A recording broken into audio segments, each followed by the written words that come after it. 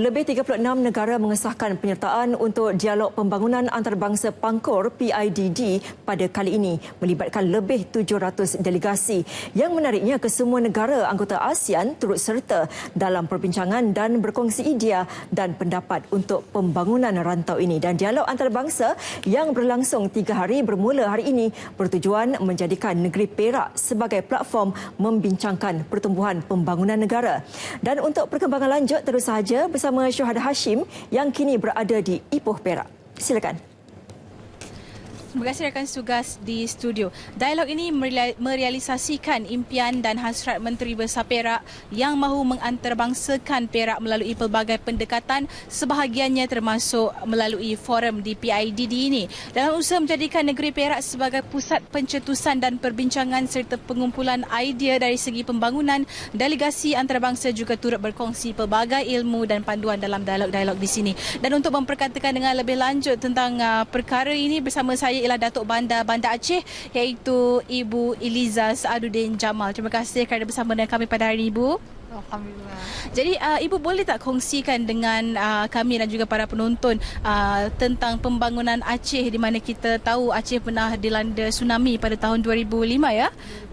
2004. Jadi bagaimana pembangunannya sejak hari itu sehinggalah sekarang? Ya, Alhamdulillah, dengan bantuan Allah dan juga melalui perantara seluruh dunia, masyarakat, lintas agama, lintas suku, lintas bangsa, semua memberikan bantuan kemanusiaan untuk membangun Aceh kembali dan khususnya Banda Aceh. Karena memang pasca tsunami, sepertiga kata Banda Aceh luluh lantak akibat gempa bumi dan tsunami.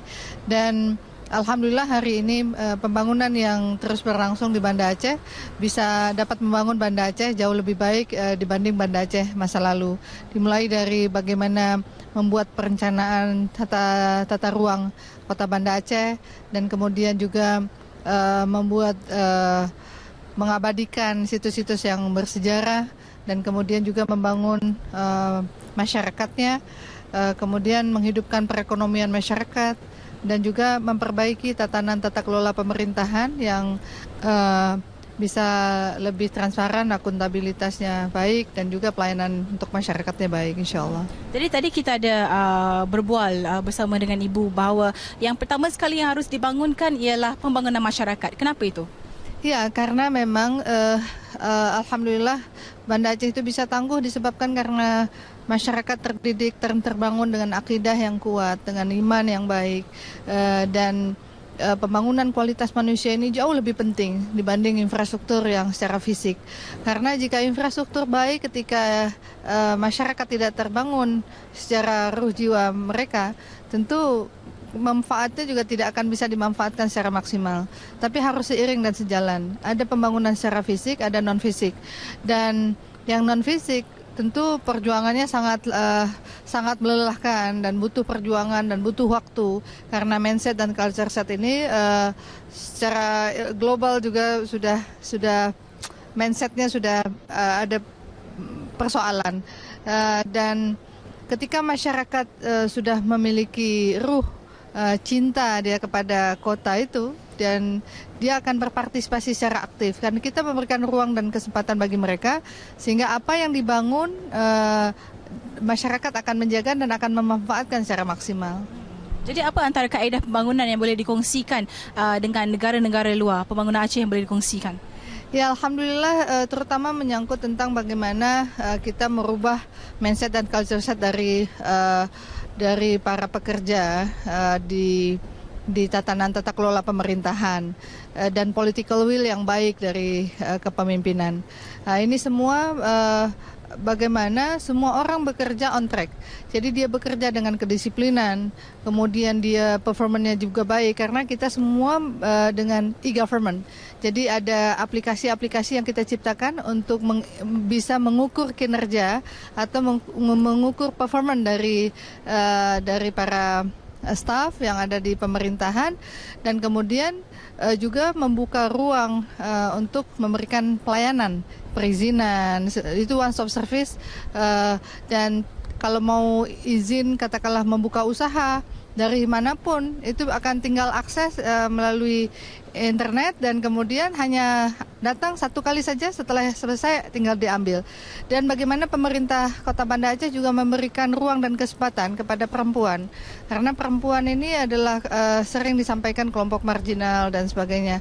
Tapi ketika perempuan diberikan ruang dan kesempatan, maka banyak hal yang bisa terakomodir, termasuk bagaimana menurunkan angka kemiskinan. Dulu Kota Banda Aceh dianggap akan kolaps setelah NGO, seluruh bantuan akan keluar dari Banda Aceh. Tetapi ketika kita memberdayakan, mengangkat harkat martabat perempuan, melibatkan mereka, kemudian juga persoalan tourism, persoalan pariwisata, ini juga kita majukan. Nah ini dari sisi ekonomi, dari masyarakat, keterlibatan, partisipasinya, perempuan, laki-laki, anak perempuan, anak laki-laki, semua akan mencintai kota dan akan berpartisipasi secara aktif. Jadi ini merupakan juga lesson learn dari Banda Aceh, di mana Banda Aceh juga mendapatkan award dari Menteri BMZ dari Jerman waktu itu, karena memang bagaimana melibatkan perempuan di dalam perencanaan pembangunan dan memastikan mereka bisa menikmati dan mengawasi dari pembangunan yang kita jalani. Dan kemudian syariah. Jadi syariah bukan membuat kita mundur, justru membuat kita lebih maju.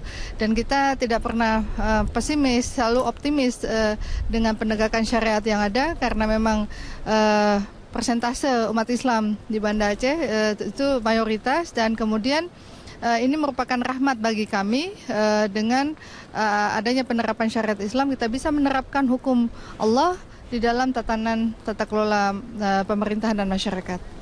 Okey, terima kasih atas perkongsian itu ya Ibu. Diharapkan supaya Banda Aceh lebih membangun selepas ini di bawah penjagaan Ibu. Terima kasih ya. Ya, bakal memeriahkan lagi dialog hari ini dan esok ialah kehadiran tokoh-tokoh seperti Dr. Tommy Wire dan Profesor Matt R. Andrews dari Harvard Kennedy School USA serta Dr. Michael Woodcock dari Bank Dunia yang akan berkongsi pelbagai perkara, pastinya berkenaan teknologi dan juga pembangunan secara amnya. Jadi itu yang saya boleh kongsikan dari Ipoh Perak.